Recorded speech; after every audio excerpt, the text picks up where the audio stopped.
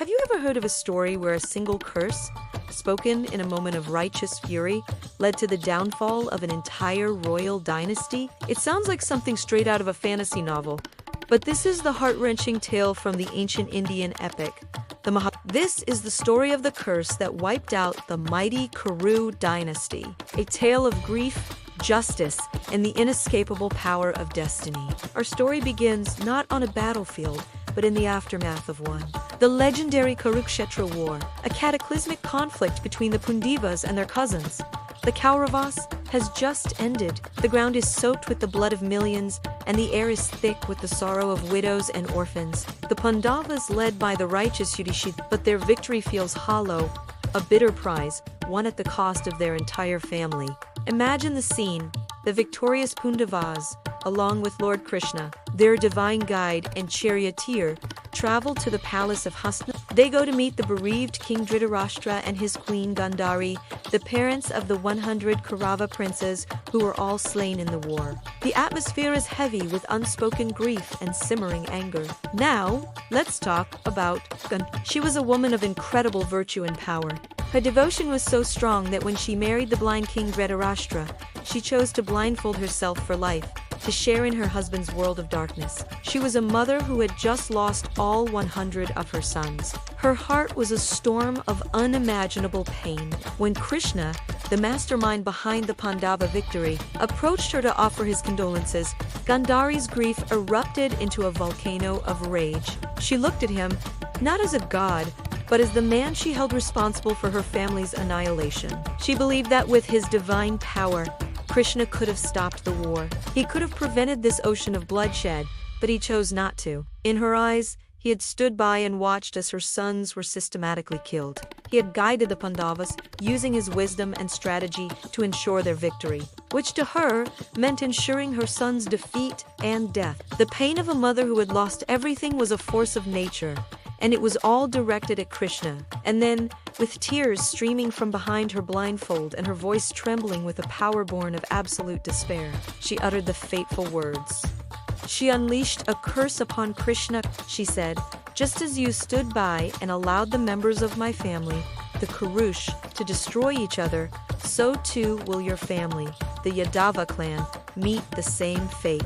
They will kill each other in a pointless, violent conflict. And you, Krishna, you will witness it all, helpless, just as I was. You will wander alone in the forest and die a lonely, ignoble death." Think about the sheer power of that moment. A mortal woman, a grieving mother, cursing a god, and Krishna, the supreme being, didn't retaliate. He didn't get angry. He simply smiled, a gentle, sad smile, and accepted the curse. He said, "So be it."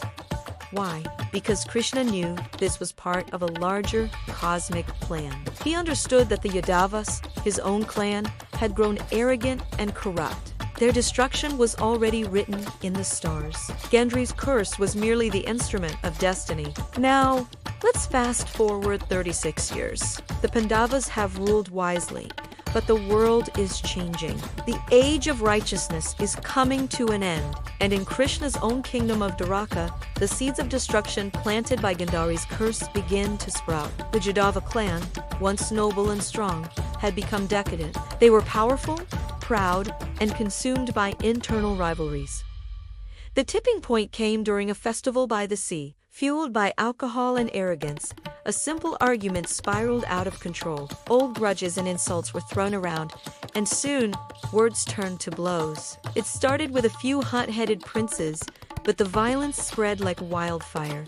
They grabbed the sharp, red-like grass growing by the shore, and by a twist of fate, these reeds became as hard as iron clubs in their hands. It was a fratricidal frenzy. Father fought son, brother fought brother. They slaughtered each other without mercy, a horrifying echo of the Kurukshetra war. And Krishna, he stood and watched, just as Gandhari had foretold. He was the most powerful being in the universe, yet he was helpless to stop the self-destruction of his own people. He saw his sons, his grandsons, his friends, all perish in a meaningless, drunken brawl. The entire Yadava clan was wiped out, fulfilling the first part of Gandhari's curse. With his family gone and his earthly mission complete, a heavy-hearted Krishna retreated into the forest. He knew his time had come. He sat under a tree, lost in deep meditation, his left foot resting on his right knee. The sole of his foot, a vulnerable spot, was exposed. At that moment, a hunter named Jera was stalking deer in the forest. From a distance, he mistook Krishna's partially visible foot for the ear of a deer. He took aim and fired an arrow. The arrow struck Krishna's foot, mortally wounding him. When the hunter approached and realized his horrific mistake, he fell at Krishna's feet, begging for forgiveness. But Krishna, with the same serene calm with which he had accepted Gandhari's curse, simply smiled. He told the hunter not to worry, for this was all part of the grand design. He was simply the instrument of destiny. With those words of forgiveness, Krishna's spirit left his mortal body. The Lord of the Universe died a seemingly ordinary death, alone in the woods, struck by a hunter's arrow exactly as Gandhari had cursed. This story is so much more than just a tale of revenge. It's a profound lesson about karma, the consequences of our actions. The Kauravas paid for their injustice, and the Yadavas paid for their arrogance. It teaches us about the overwhelming power of a mother's grief and the idea that even gods are bound by the laws of cosmic justice. Gandhari's curse wasn't just an act of anger. It was the final, tragic chapter in the story of the Kuru Dynasty. A chapter that closed not only their story, but also an entire era of humanity. It serves as a chilling reminder that war leaves no true victors, only survivors left to deal with the ghosts of the past. The Curse of Gandhari is a powerful and somber conclusion to the epic of the Mahabharata. It shows that in the grand tapestry of life and destiny, every thread is connected, and every action, no matter how small, has a ripple effect that can change the course of history.